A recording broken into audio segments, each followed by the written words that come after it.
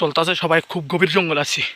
So guys সাথে থাকতে যে টিলাটা যে গভীর, এ পদ্মা সেতু ইন্নাল্লাহ, এ দেখে এই পদ্মা সেতু সাথে থাকো এই পদ্মা সেতু লাইন খুব কষ্ট হইতেছে। দেখো না দেখালে হইতো না আমার সাথে গাড়াটা ইন্নাল্লাহ বড় জোর। আমার মুবারক ভাই ওই তো জঙ্গলের ভিতরে কিতা কই মারি কেন হুজুর আজকের অনুভূতিটা কিতাবা হুজুর আল্লাহ আকবার করে ছেড়ে দিছে মনে পদ্মা সেতু। আমার কিন্তু ভয় লাগতেছে, আমি নিজে ফায়ার দিতে পারি না। এই ব্যাঙ্গানে জায়গা মনে হয়তো ব্যাঙ্গে দেবো, দেখো দেখো আইতাছে ইয়াল্লা জানলে বলে উঠতো না পদ্মা সেতুতে যে বাড়ি হুজুর ব্যাঙ্গে গেল না লাগে। আচ্ছা যাক, আমরা খুব কষ্ট করে ক্রান্ত অবস্থায় টিলা উঠতেছি, অনেক কষ্ট হইতেছে। এই না কিতা কইম আপনারা আজকে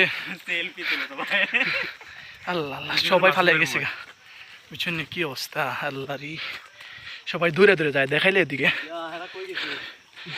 ইয়াল্লা ইয়াল্লা ক্যামেরা ফোকাস করো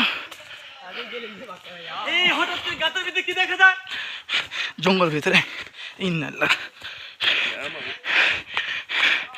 এই পাহাড়ের ভিতর না উঠলে বিশ্বাস করতাম না যে আসলে আল্লাহ তালার নিয়ামতগুলো দেখবার লেগে আইসি। যদিও জঙ্গল আমার বাড়ির কাছে আছে কিন্তু সেখানে ভালো লাগে না। আরেকটা পদ্মা সেতু দেখছেন, একটা খাল পাওয়া গেছে, গাং পাওয়া গেছে।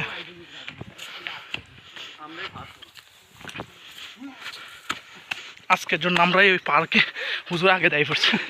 কিটা কই হুজুরের কথা